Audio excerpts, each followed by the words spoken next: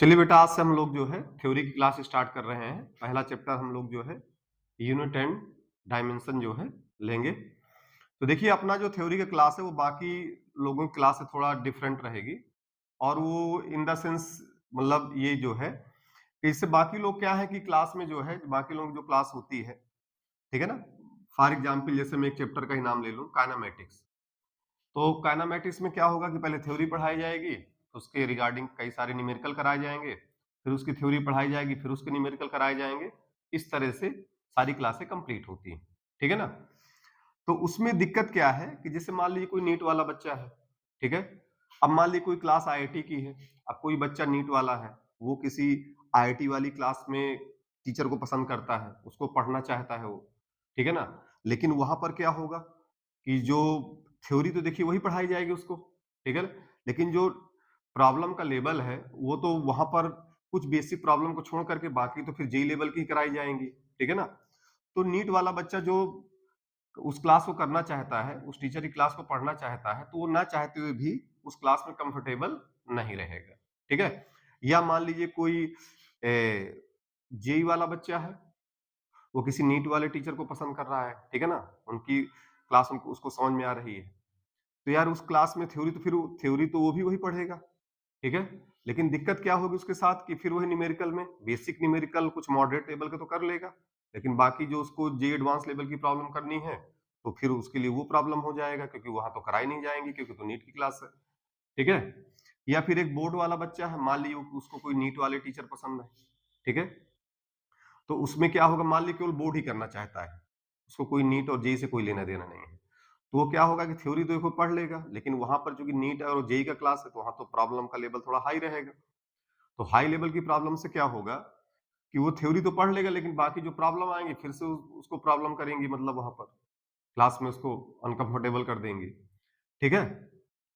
तो मैंने क्या किया है यहाँ पर, तो इसी चीज़ को देखते हुए जो मुझे लगा, मेरा पर्सनल अपना वो है, ओपिनियन है। तो मुझे जो लगा कि इस चीज़ को देखते हुए कि मैंने क्या किया है कि देखिए, मैंने अपने चैनल में बता ही रखा है कि यहाँ पर जो प्रॉब्लम को मैंने 3 लेवल में डिवाइड किया है। लेवल 1, लेवल 2 और लेवल 3। लेवल 1 आपका बोर्ड वालों के लिए है, लेवल 2 आपका जेईई मेंस और नीट वालों के लिए है और लेवल 3 आपका जेईई एडवांस के लिए है। ठीक है ना?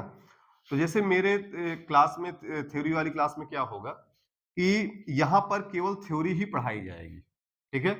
और बहुत ही बेसिक प्रॉब्लम कराई जाएगी, मतलब न्यूमेरिकल्स बहुत ज़्यादा यहाँ नहीं लिए जाएँगे, वो जो भी कराए जाएँगे बहुत ही नॉमिनल प्रॉब्लम होगी, ठीक है ना?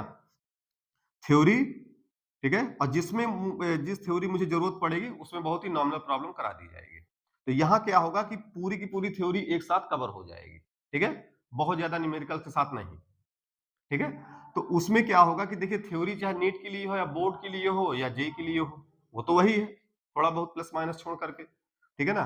तो बच्चा क्या करेगा कि जो भी बच्चे हो क्या करेंगे कि पूरी थ्योरी तो यहाँ पढ़ लेंगे और जो प्रॉब्लम मैं यहाँ पे करवाऊँगा भी वो बहुत ही नॉमिनल प्रॉब्लम रहेगी। इसका मतलब बोर्ड वाला भी बच्चा कंफर्टेबल रहेगा, जेईई और नीट वाला भी रहेगा, ठीक है? तो बच्चा क्या करेगा कि थ्योरी यहाँ पे पढ़ लेगा और थ्योरी चूँकि अब न्यूमेरिकल्स क्लास में ज़्यादा कराए नहीं जाएँगे, तो क्लास भी छोटी हो जाएगी, ठीक है? तो बच्चे क्या करेंगे कि थ्योरी यहाँ पर पढ़ लेंगे, पूरी थ्योरी यहाँ करा दी जाएगी। अब उसके मान मान लीजिए जैसे कोई बोर्ड वाला बच्चा है, तो थ्योरी उसने पूरी यहाँ पढ़ लिया, ठीक है? अब उसके बाद मान लीजिए वो बोर्ड का बच्चा है, तो वो लेवल 1 में जाकर के अपने लेवल वाली जो प्रॉब्लम है, अपनी बोर्ड लेवल की जो प्रॉब्लम है, उनको जाकर के वहाँ कर लेगा। नीट वाला कोई बच्चा है तो थ्योरी यहाँ पढ़ लेगा, प्लस अपने लेवल 2 में जाकर के अपने लेवल की जो उसकी प्रॉब्लम उसको जाके कर लेगा, ठीक है ना? और बोर्ड वाला भी कर सकता है, वो लेवल 1 की भी कर सकता है, लेवल 2 भी कर सकता है, क्योंकि नीट वाला तो दोनों कर सकता है, ठीक है ना? अब जो मान लीजिए कोई जेईई वाला बच्चा है, फिर वही काम करेगा, थ्योरी यहाँ पढ़ लेगा और प्लस वहाँ पर लेवल 2, लेवल 3, लेवल 1 जो भी पढ़ना चाहे वो सब पढ़ सकता है फिर। ठीक है? तो यहाँ पर क्या होगा कि इससे क्या होगा कि हर तरह के बच्चे को कोई प्रॉब्लम नहीं होगी। मतलब जो बोर्ड वाला बच्चा है उसके लिए भी ठीक रहेगा, जो आपका नीट वाला बच्चा है उसके लिए भी सही रहेगा और जो आपका जेईई की तैयारी कर रहा है उसके लिए भी ठीक रहेगा। ठीक है ना? तो इसलिए मैंने कुछ ऐसा सोचा है। ठीक है ना? और मैं पहले बोल दिया हूँ कि ये मेरा खुद का ओपिनियन जो मुझे सही लग रहा है। ठीक है? और सबसे बड़ी बात ये है कि देखिए, कुछ बच्चे ऐसे होते हैं, ठीक है ना? उनको आप कितना भी समझा दो, वो साल भर पढ़ाई नहीं करते हैं। लास्ट के 2-3 महीने में उनको मतलब कुछ ऐसा जो है ढूंढते हैं कि 2-3 महीने में कुछ हमको ऐसा मिल जाए क्रैश कोर्स टाइप का, कि उसको हम पढ़ के चले जाएँ और जस्ट हमारा जो है कुछ नंबर हमारे आ जाएँ, पास हो जाएँ, थोड़ा बहुत, ना बहुत ज़्यादा खराब नंबर आए, ना बहुत ज़्यादा अच्छे, तो मान लीजिए बहुत कम चांस है आने के, ठीक है ना? तो उन बच्चों के लिए आपका यहाँ पर वो क्रैश कोर्स जैसा मेरा थ्योरी का क्लास रहेगा, क्योंकि देखिए मान ली काइनेमेटिक्स चैप्टर चल रहा है, अब बाकी जो काइनेमेटिक क्लास है, क्योंकि उसमें थ्योरी प्लस न्यूमेरिकल दोनों कराए जा रहे हैं, तो दोनों कराने से वही काइनेमेटिक क्लास 20 क्लास में जाके पूरी होगी, ठीक है ना? 15 क्लास में जाके पूरी होगी। तो लास्ट के 2-3 महीने में तो पूरा देखना इम्पॉसिबल है, ठीक है? तो यहाँ से क्या होगा कि चूँकि मेरे थ्योरी के सारे वो क्या बोलते हैं, क्लास अलग रहेगी, ठीक है ना? थ्योरी के सारे लेक्चर अलग रहेंगे, ठीक है? उसमें कोई न्यूमेरिकल्स बहुत ज़्यादा नहीं रहेंगे, तो वही मान ली काइनेमैटिक्स जो 15 क्लास में होना है, ठीक है? वही कितने में हो जाएगा? मैक्सिमम आपका 4 या 5 क्लास में हो जाएगा, ठीक है? वही जो है आपका मैक्सिमम 4 या 5 क्लास में हो जाएगा। तो बच्चे के लिए वो पूरा क्लास एक क्रैश कोर्स की तरह ही रहेगा, क्योंकि उसमें न्यूमेरिकल तो नहीं है, ठीक है? तो उसमें क्या होगा कि बच्चा अगर लास्ट में चाहे भी 2-3 महीने पूरी थ्योरी कवर करने के लिए कि वो 11th या 12th की थ्योरी पूरी कवर कर ले, तो वो आसानी से कर सकता है, ठीक है? क्योंकि मेन तो थ्योरी होती है, न्यूमेरिकल भी मतलब करना होता है, लेकिन जिस बच्चे को लास्ट के 2-3 महीने में वो सोचता है कि मुझे कैसे करके मैं पास हो जाऊँ, तो उसके लिए तो मेन थ्योरी पहले मेन है, कि पूरी थ्योरी पढ़ ले, ठीक है ना? तो लास्ट में क्रैश कोर्स की तरह चाहता है कि मुझे कहीं मिल जाए, तो उसके लिए ये जो क्लासें रहेंगी, एक तरह वो क्रैश कोर्स की तरह रहेंगी। क्योंकि यहाँ न्यूमेरिकल तो रहेगा नहीं ज्यादा, ठीक है? और उसके बाद उसको न्यूमेरिकल्स भी करना होगा, तो उसके लिए ऑप्शनल है लेवल 1 में, लेवल 2, लेवल 3, वहां जाके अपना न्यूमेरिकल्स भी कर सकता है, लेकिन यहाँ पर उसका 4-5 क्लास में पूरा थ्योरी कवर हो जाएगा, ठीक है? तो मेरे हिसाब से मुझे बेस्ट लगा तरीका, ठीक है? इसमें क्या होगा कि जो बोर्ड वाले बच्चे हैं, जो केवल बोर्ड करना चाहते हैं, उनके लिए भी सही है, जो नीट की तैयारी कर रहे हैं उनके लिए बेस्ट है, और जो बच्चे आईआईटी की तैयारी कर रहे हैं उनके लिए बेस्ट है, और जो लास्ट में 2-3 महीना क्रैश कोर्स चाहते हैं, ठीक है ना? उनके लिए भी आप ये जो है बेस्ट रहेगा, ठीक है? तो मेरे हिसाब से आप इसको करके देखिए, मेरे हिसाब से ये आपको ज्यादा कंफर्टेबल लगना चाहिए, ठीक है? और बाकी अगर आपको नहीं लगता तो फिर आप मतलब खुद ही आप जो है समझदार हो कि आगे हमें क्या करना है। चलिए फिर स्टार्ट करते हैं।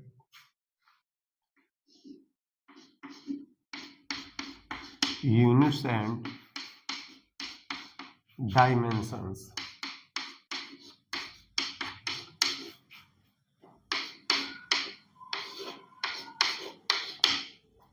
ठीक है?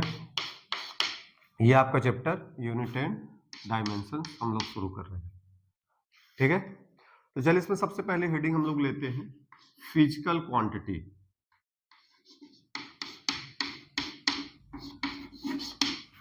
फिजिकल क्वांटिटी,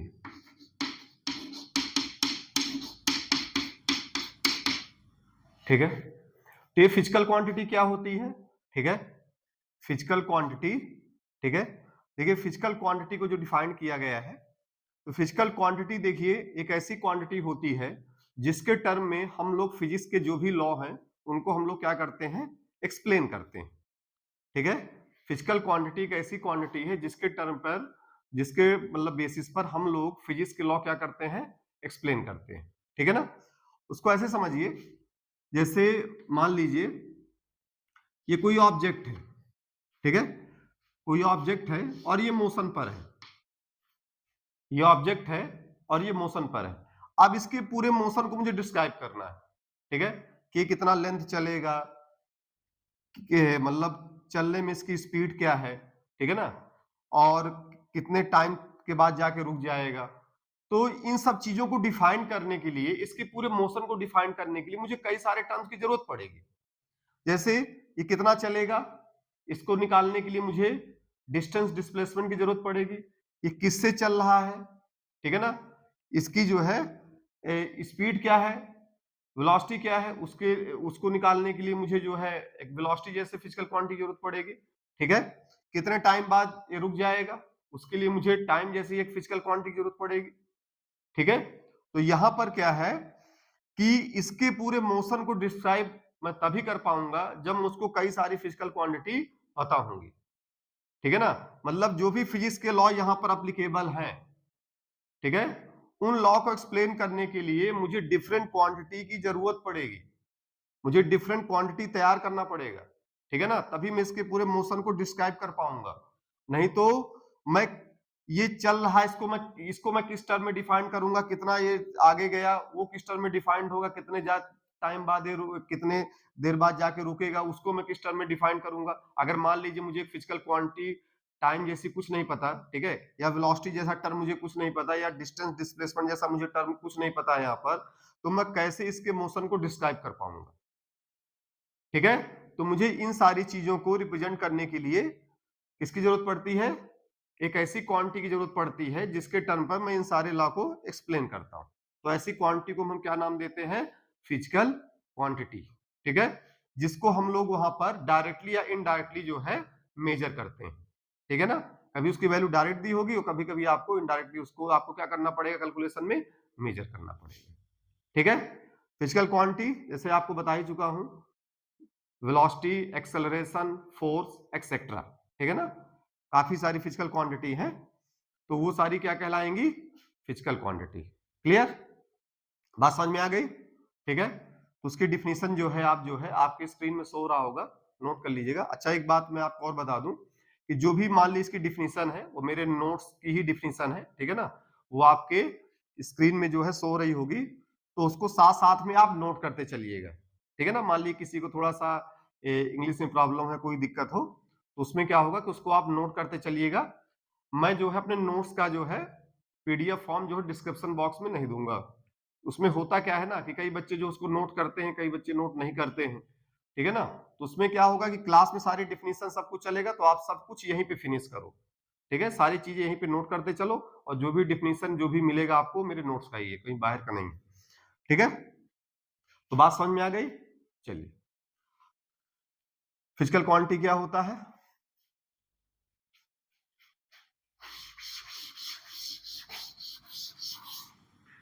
अगला टर्म है यूनिट, ठीक है।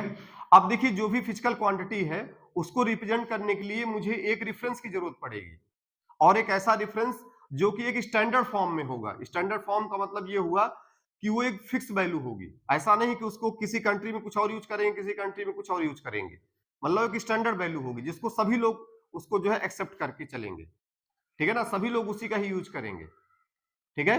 तो किसी फिजिकल क्वांटिटी को रिप्रेजेंट करने के लिए मुझे एक रेफरेंस स्टैंडर्ड की जरूरत होती है, वही रेफरेंस स्टैंडर्ड क्या कहलाता है, आपका यूनिट कहलाता है। जैसे वेलोसिटी है, वेलोसिटी को हम लोग किस में रिप्रेजेंट करते हैं, मीटर पर सेकंड में रिप्रेजेंट करते हैं, ठीक है। फोर्स को हम लोग किस में रिप्रेजेंट करते हैं, न्यूटन में। एक्सेलरेशन को किस में रिप्रेजेंट करते हैं, मीटर पर सेकंड स्क्वायर में करते हैं। Clear, velocity, force and acceleration, ठीक है। इन ये फिजिकल क्वांटिटी हो गई, और उसके रिगार्डिंग ये उसकी क्या हो गई, यूनिट हो गई।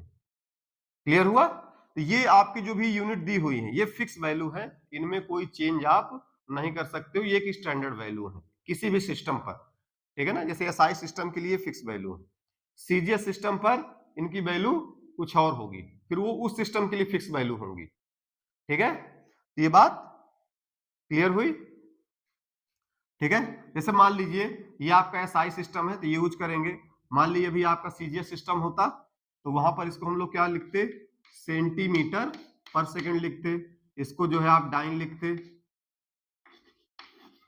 ठीक है, और ये आपका हो जाता सेंटीमीटर पर सेकंड स्क्वायर। क्लियर, तो ये आपका एसआई सिस्टम का देखिए हो गया, और ये आपका सीजीएस सिस्टम का हो गया। ये एसआई के लिए फिक्स वैल्यू है और ये सीजीएस के लिए फिक्स वैल्यू है, ठीक है, इनमें आप चेंज नहीं कर सकते हो। क्लियर, तो ये हमारी यूनिट की डिफिनीशन हो गई, आपकी स्क्रीन में होगी, उसको आप नोट करते चलिएगा, ठीक है। यहां पर अच्छे से समझ लीजिए, डिफिनीशन आपको स्क्रीन में मिल जाएगी, उसको आप नोट करते चलिए, ठीक है ना, वो सब कुछ नोट्स का ही है।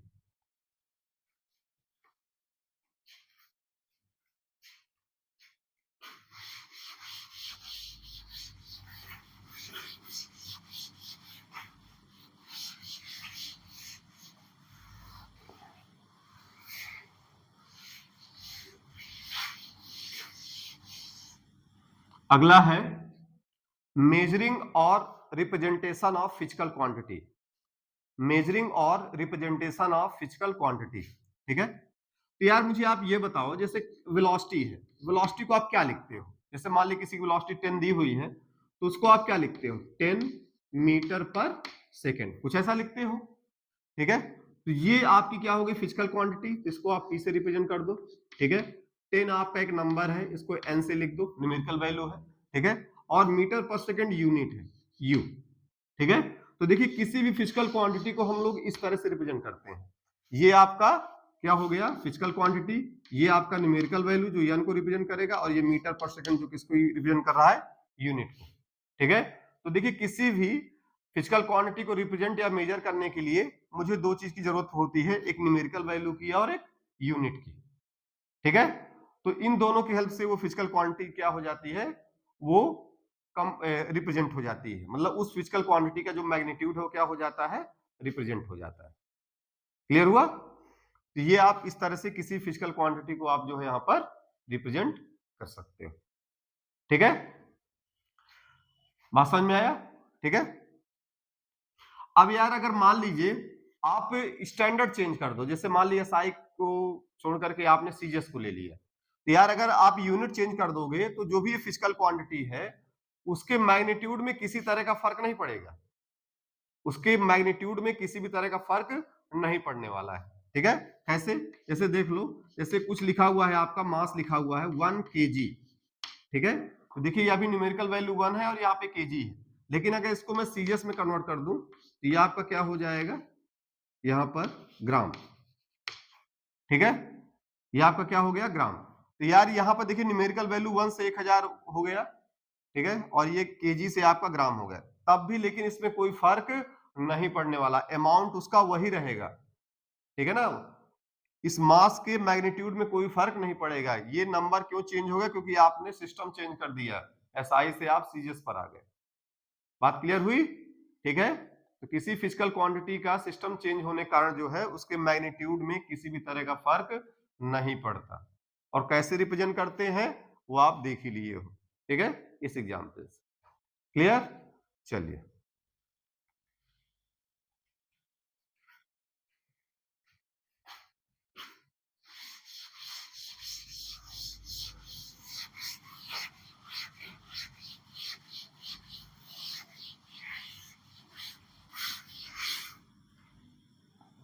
देखिए अब है आपका अगला प्रॉपर्टी ऑफ फिजिकल क्वांटिटी।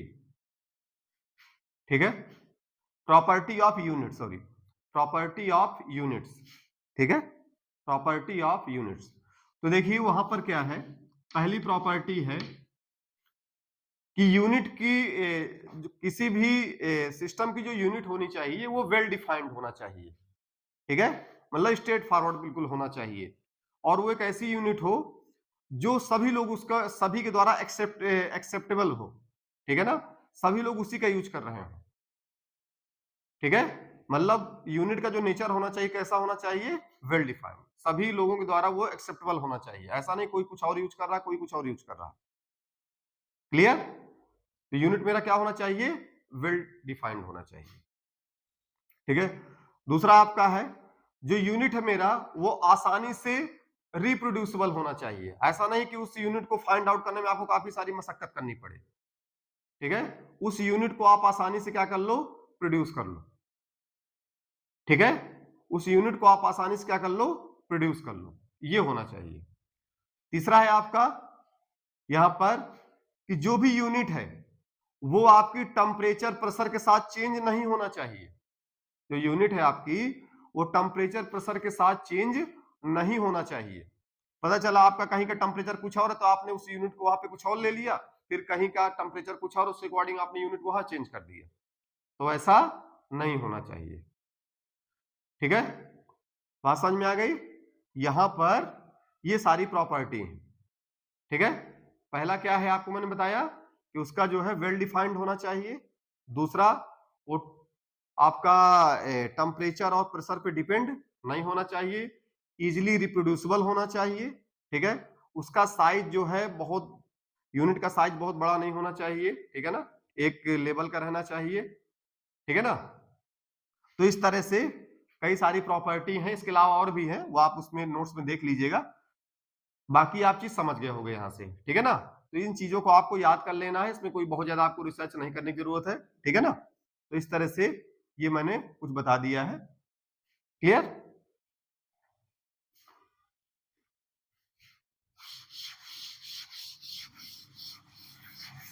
अगला है fundamental physical quantity.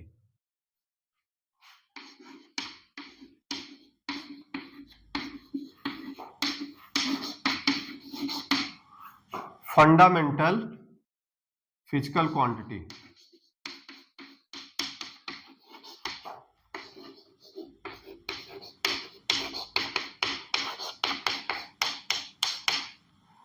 Fundamental physical quantity, तो देखिए ऐसी फिजिकल क्वांटिटी, ठीक है, जो किसी अदर फिजिकल क्वांटिटी पे डिपेंड ना कर रही हो। ऐसी फिजिकल क्वांटिटी जो किसी अदर फिजिकल क्वांटिटी पे डिपेंड ना कर रही हो, ऐसी फिजिकल क्वांटिटी को मैं क्या नाम देता हूं? Fundamental physical quantity. और ऐसी क्वांटिटी को फर्दर रिजॉल्व नहीं किया जा सकता, ऐसी क्वांटिटी को फर्दर रिजॉल्व नहीं किया जा सकता। देखिए इसका क्या मतलब है कि उनको फर्दर रिजॉल्व नहीं किया जा सकता। जैसे मान ली किसी का मास है 2 kg, ठीक है। अब यार इसका मास 2 kg, तो केजी को आप फर्दर किस में डिवाइड करोगे? अब इसको फर्दर रिजॉल्व नहीं किया सकता है, केजी आपका केजी ही रहेगा, इसके पीछे कुछ नहीं है, ठीक है ना, कि आप के को अलग कर दो, जी को अलग कर दो, वैसा नहीं होगा, ठीक है। केजी को आप जो है अब इसके आगे फर्दर रिजॉल्व नहीं कर सकते हो। लेकिन जैसे कोई ये लिखा हुआ है मीटर पर सेकेंड, तो यार ये जिसकी यूनिट मीटर पर सेकेंड लिखी हुई है, तो आप मीटर को अलग सेकेंड को अलग कर सकते हो, मीटर अलग है सेकेंड अलग है, ठीक है। तो यार फंडामेंटल फिजिकल क्वांटिटी, इसका मतलब है कि आपकी फंडामेंटल नहीं होगी और मास क्या होगा आपका? फंडामेंटल फिजिकल क्वांटिटी होगा। तो बात समझ में आ गई? ऐसी फिजिकल क्वांटिटी जो किसी अदर फिजिकल क्वांटिटी पे डिपेंड ना करे और उसको फर्दर रिजॉल्व ना किया जा सके, ऐसी फिजिकल क्वांटिटी क्या कहलाती है? फंडामेंटल फिजिकल क्वांटिटी कहलाती है, ठीक है। इसके एग्जाम्पल जैसे मैं आपको बता दूं, जो है जिससे आपको पता भी होगा कि जो है, जो हमारी फंडामेंटल फिजिकल क्वांटिटी होती है वो कितनी होती है? 7 होती है, ठीक है। और उसमें जो है 2 जो है और होती हैं, ठीक है ना, उनके बारे में अभी हम लोग पढ़ेंगे। तो कुल मिलाकर के 7 वो, और जो है 2 यूनिट और होती है जिनको हम सप्लीमेंट्री यूनिट बोलते हैं, ठीक है ना। तो इस तरह से जो है हमारी 7 बेसिक और 2 सप्लीमेंट्री यूनिट मिलाकर के 9 जो है हो जाती हैं, ठीक है ना। तो हमारी वो क्या कहलाएंगी? फंडामेंटल फिजिकल क्वांटिटी कहलाएंगी। बात समझ में आ गया? ठीक है। तो क्या हो गया? लेंथ, मास, टाइम, ठीक है, 3 मैंने लिख दिया है, इसके अलावा भी 4 और हैं जो अभी हम लोग देखने वाले हैं, ठीक है ना। सभी को लिख करके यहाँ कोई फायदा नहीं है। बात समझ में आ गई? डिफिनेशन अच्छे से? चलिए,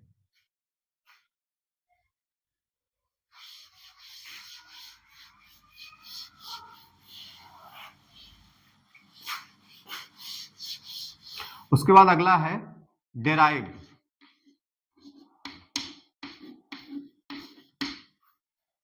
physical quantity.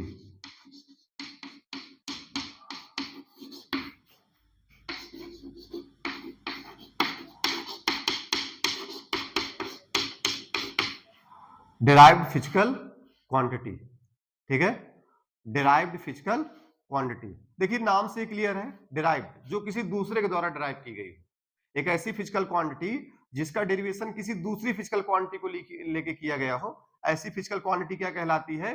Derived physical quantity कहलाती है।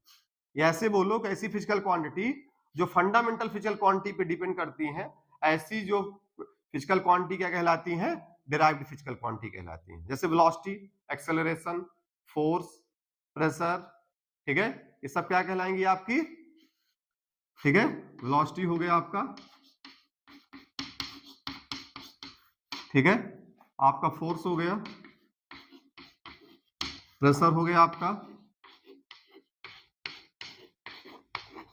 ठीक है।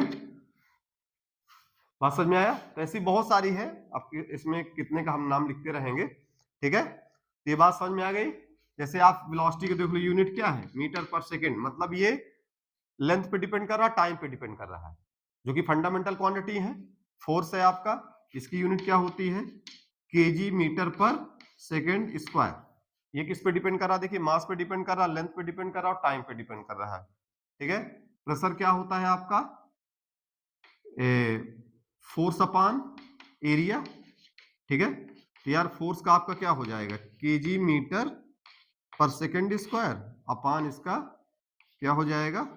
Metre square. ठीक है, ये यूनिट कट गई तो इसका क्या आ गया? देखिए KG second square upon metre. तो ये देखिए यूनिट किसकी हो गई? ये मास पे डिपेंड कर रहा है, टाइम पे डिपेंड कर रहा है और किस पे डिपेंड कर रहा है? देखिए लेंथ पे डिपेंड कर रहा है। ठीक है, तो ये भी देखिए तीन तीन फंडामेंटल फिजिकल क्वांटिटी पे डिपेंड कर रहा है, ये भी तीन फिजिकल क्वांटिटी पे डिपेंड कर रहा है फंडामेंटल, और ये दो फंडामेंटल फिजिकल क्वांटिटी पे डिपेंड कर रहा है। क्लियर हुआ अच्छे से? तो ऐसी फिजिकल क्वांटिटी जो फंडामेंटल क्वांटिटी पे डिपेंड करती हैं, ऐसी फिजिकल क्वांटिटी क्या कहलाती हैं? आपकी डिराइव्ड फिजिकल क्वांटिटी कहलाती है। क्लियर? ठीक है, इसकी डिफिनीशन आप नोट कर लीजिएगा। ठीक है, आप पॉज करके उसकी जो है डिफिनीशन जो है आप सबकी नोट करते चलिएगा, इससे आपका नोट्स भी देखिए साथ में बनता चलेगा और यहां पर आप सारी चीज समझते हुए चलोगे। ठीक है ना, क्योंकि उसको लिखने के बाद आपका पूरा ध्यान यहां पे रहेगा। ठीक है, और आपके नोट्स भी बनते चलेंगे।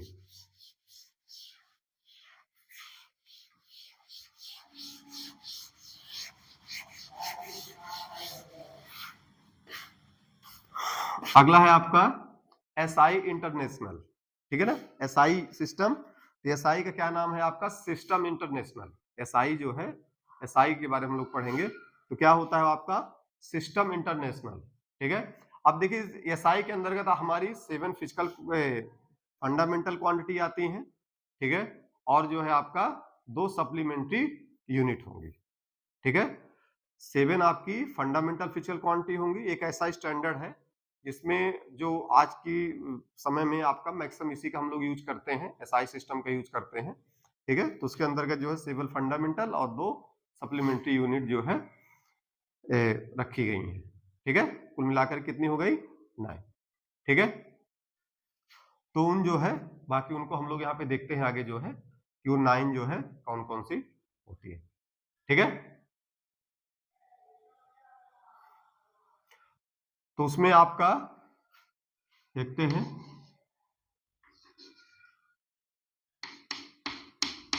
पहले 7 देख लेते हैं। फिजिकल क्वांटिटी जो भी आपकी है, ठीक है, उसका नेम और उसका सिंबल। ठीक है, physical quantity, name and symbol. ठीक है, तो पहला जैसे हम लोग लेंगे लेंथ। ठीक है, नेम में क्या होगा? मीटर, और इसका सिंबल क्या रहेगा? मीटर।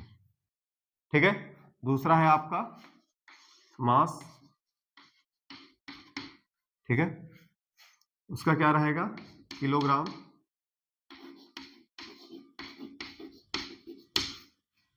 ठीक है, और यहां पर केजी। ठीक है, तीसरा आपका टाइम।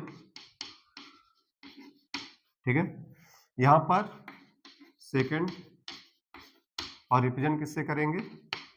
एस। ठीक है, इन 3 को नोट कर लीजिए, फिर बाकी जो है और देखते हैं।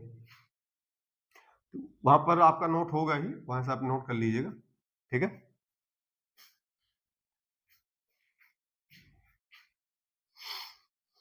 तीन हमने देख लिए।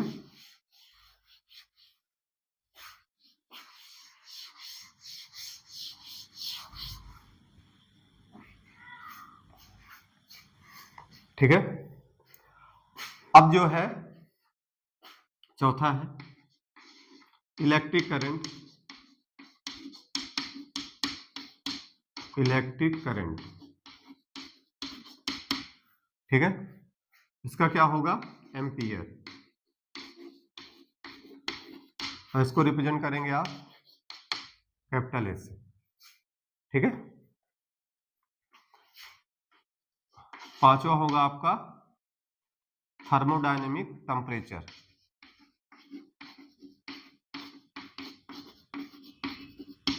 Thermodynamic temperature.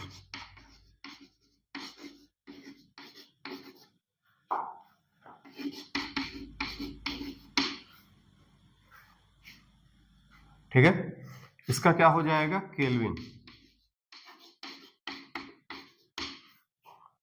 ठीक है, और इसको रिप्रेजेंट करेंगे कैपिटल के से। ठीक है, 5 हमने देख ही लिया है।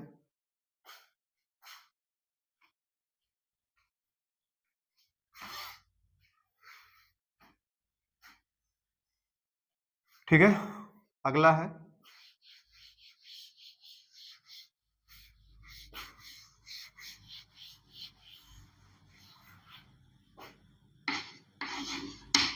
amount of substance। amount of substance। ठीक है, इसका क्या होगा, मोल। ठीक है, जिसको रिप्रेजेंट करेंगे यहां पर MOL।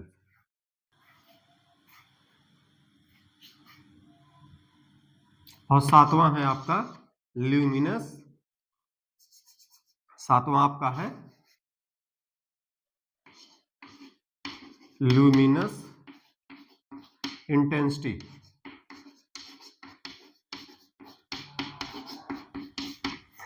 इसका नेम में क्या आ जाएगा, कैंडेला। ठीक है ना, और इसका क्या हो जाएगा, रिप्रेजेंटेशन में सिंबल क्या हो जाएगा, इसका CD हो जाएगा। ठीक है, तो हमारी यहां से 7 जो फंडामेंटल क्वांटिटी है वो कंप्लीट हो चुकी है। ठीक है, अब 2 बची हुई है सप्लीमेंट्री यूनिट। ठीक है, 2 कौन सी बची हुई है, सप्लीमेंट्री यूनिट्स।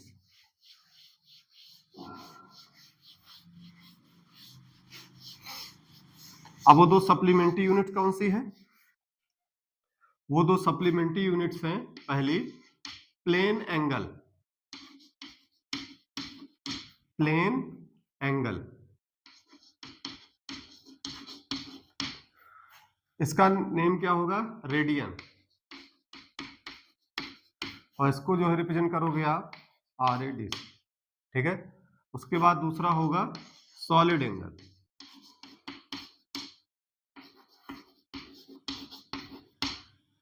ठीक है, तो ये आपका स्टेरेडियन।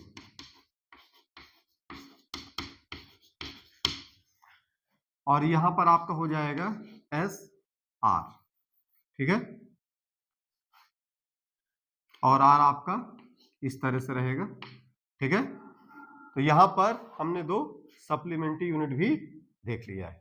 ठीक है, अब यार कुछ पॉइंट है जो आपको थोड़ा सा नोटिफाई करना है। तो उसमें से एक तो ये है कि जितनी भी ये आपकी सप्लीमेंट्री यूनिट होती हैं, ये यूनिटलेस भी होती हैं और डायमेंशनलेस भी होती हैं। इनकी ना कोई यूनिट होती, वो सॉरी, ये जितनी भी सप्लीमेंट्री यूनिट है ये डायमेंशनलेस होती हैं। इनकी यूनिट तो होती है, यूनिट तो मैंने लिखा है ना, ठीक है ना, इनकी यूनिट तो है, पर ये क्या होती हैं, डायमेंशनलेस होती हैं। यूनिट इनकी होती है पर ये डायमेंशनलेस होती है। क्लियर। और एक चीज और ध्यान दीजिएगा कि कुछ फिजिकल क्वांटिटी ऐसी हैं, ठीक है, जिनकी यूनिट तो है, जिनकी यूनिट है पर उनका डायमेंशन फार्मूला नहीं है। जैसे एग्जांपल में यही हो गया, इनकी यूनिट तो है पर इनका कोई डायमेंशन फार्मूला, इनका कोई भी डायमेंशन नहीं है, इनका कोई भी डायमेंशन फार्मूला नहीं है। ठीक है, तो एक चीज तो क्लियर हो गया कि अगर किसी का डायमेंशन फार्मूला नहीं है तो जरूरी नहीं कि उसके पास यूनिट हो, यूनिट हो भी सकती है और नहीं भी हो सकती है। ठीक है, लेकिन अगर इसका उल्टा बात करें कि किसी के पास अगर यूनिट नहीं है तो उसके पास डायमेंशन फार्मूला नहीं होगा। ठीक है, अगर किसी के पास यूनिट नहीं है तो उसके पास डायमेंशनल फार्मूला नहीं होगा, ये तो मस्ट कंडीशन है। किसी के पास अगर यूनिट है तो डायमेंशनल फार्मूला क्या होगा, अगर किसी के पास यूनिट है तो उसके पास जरूरी नहीं है कि उसके पास डायमेंशनल फार्मूला भी हो। उसका एग्जांपल ये आपके प्लेन एंगल और सॉलिड एंगल, डायमेंशनल फार्मूला हो भी सकता है और नहीं भी हो सकता है। ठीक है, लेकिन अगर किसी का डायमेंशनल फार्मूला है तो उसके पास यूनिट होगी, ये मस्ट कंडीशन है। ऐसा नहीं कि उसके पास डायमेंशन फार्मूला उसके पास यूनिट ना हो, यूनिट तो उसके पास फिर होना ही चाहिए। क्लियर। ठीक है। लेकिन कुछ फिजिकल क्वांटिटी ऐसी भी है जिनके पास ना डायमेंशन फार्मूला है और ना ही यूनिट है। जैसे आपका हो गया स्ट्रेन, ठीक है। स्ट्रेन एक ऐसी फिजिकल क्वांटिटी है जिसके पास ना ही स्ट्रेन एक ऐसा फिजिकल क्वांटिटी है जिसके पास, तो स्ट्रेन होता क्या है, change in length upon original length. तो देखिए इसकी भी यूनिट मीटर और इसकी भी मीटर, ठीक है। ये मीटर मीटर कट जाता है, ठीक है। तो यहां पर ये यूनिटलेस हो जाता है, ठीक है ना। अब इसकी यूनिट नहीं है तो साथ में इसका डायमेंशन फार्मूला तो फिर होगा ही नहीं, ठीक है। ये यूनिटलेस भी है और डायमेंशन लेस भी है। क्लियर हो गया बात अच्छे से, ठीक है, ठीक है। चलिए इसको फिर हटाते हैं।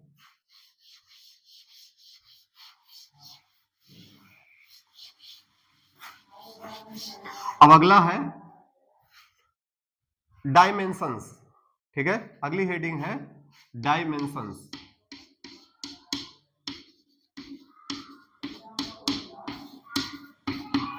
डायमेंशंस, ठीक है। अब ये डायमेंशंस क्या होते हैं, जैसे मान लीजिए मैं फोर्स की ही बात कर रहा हूं, तो फोर्स का डायमेंशन होता है आपका ml t की पावर -2। अब ये कहां से आया है, ये चीज हम लोग आपको बता चुका हूं कि जहां पे न्यूमेरिकल्स कराए गए हैं वहां पे जाकर के हम लोग प्रैक्टिस करेंगे। मैंने बहुत सारे प्रैक्टिस करवाए हैं, बिल्कुल फंडामेंटल से लेकर के काफी अच्छी अच्छी प्रॉब्लम पर कैसे सब निकालते हैं हम लोग इसको, ठीक है ना। तो वहां जाके आप प्रैक्टिस कर लीजिएगा। तो यहां पर मैं एग्जांपल ले रहा हूं, जैसे आपका फोर्स का डायमेंशन फार्मूला दिया हुआ है, तो यहाँ डायमेंशंस क्या होगा, तो देखिए डायमेंशंस क्या होते हैं, ये जिन भी फंडामेंटल क्वांटिटी पे डिपेंड कर रहा है। फोर्स किस किस फंडामेंटल क्वांटिटी पे डिपेंड कर रहा है, मास पे, लेंथ पर और टाइम पर, ठीक है। ये इन तीन फिजिकल क्वांटिटी पर डिपेंड कर रहा है। तो इनकी जो पावर होगी वही क्या कहलाता है, डायमेंशंस कहलाता है। यहां पर जो भी फंडामेंटल क्वांटिटी का जो पावर होगा वही क्या कहलाएगा, आपका डायमेंशंस कहलाएगा। जैसे यहां पर मास का डायमेंशंस क्या हो जाएगा 1, लेंथ का डायमेंशंस क्या हो जाएगा 1, और यहां पर टाइम का डायमेंशंस क्या हो जाएगा -2, ठीक है। बात समझ में आ गई। किसी भी फिजिकल क्वांटिटी का जो डायमेंशनल फार्मूला होता है, तो उस डायमेंशन फार्मूला में, वो डायमेंशन फार्मूला जिन फंडामेंटल क्वांटिटी पे डिपेंड करता है, उनकी जो पावर होती है वही क्या कहलाती है, डायमेंशंस कहलाती है। क्लियर, इसको नोट कर लीजिए, ठीक है। मैं एक एग्जांपल और ले रहा हूं, जैसे वेलोसिटी हो गई है। वेलोसिटी क्या होती है, lt की, ये यहां पर ये किस किस पे डिपेंड कर रहा है, लेंथ पर और टाइम पर। तो यहां लेंथ की पावर क्या है 1 और टाइम की पावर क्या है -1। तो इसकी क्या हो गई, डायमेंशंस हो गई। क्लियर हुआ, चलिए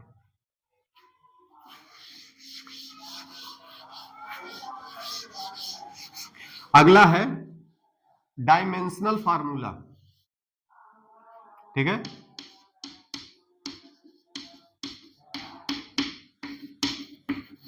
डायमेंशनल फार्मूला,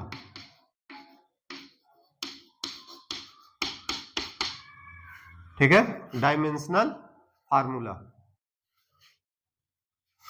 तो यार डायमेंशनल फार्मूला, ठीक है।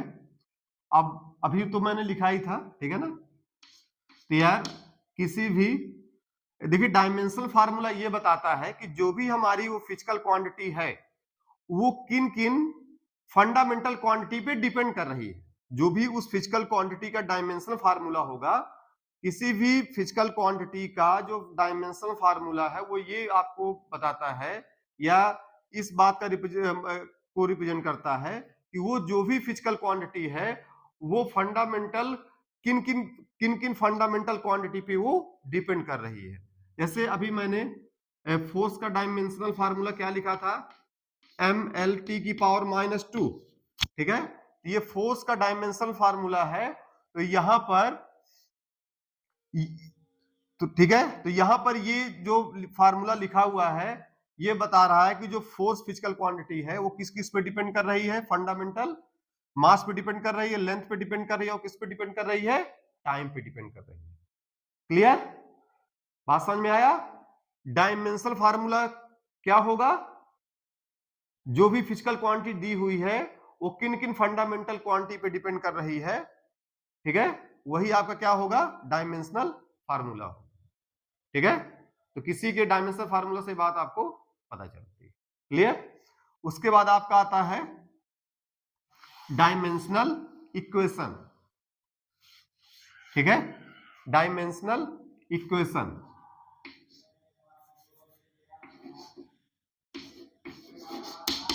डायमेंशनल इक्वेशन,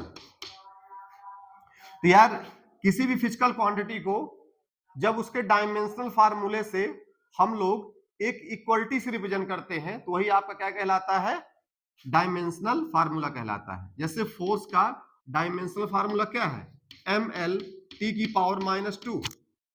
ठीक है, तो जब मैं इसी को इक्वल साइन के साथ उस फिजिकल क्वांटिटी के साथ रिलेट कर देता हूं, mL⁻², तो वही आपका क्या कहलाएगा, डायमेंशनल इक्वेशन कहलाएगा।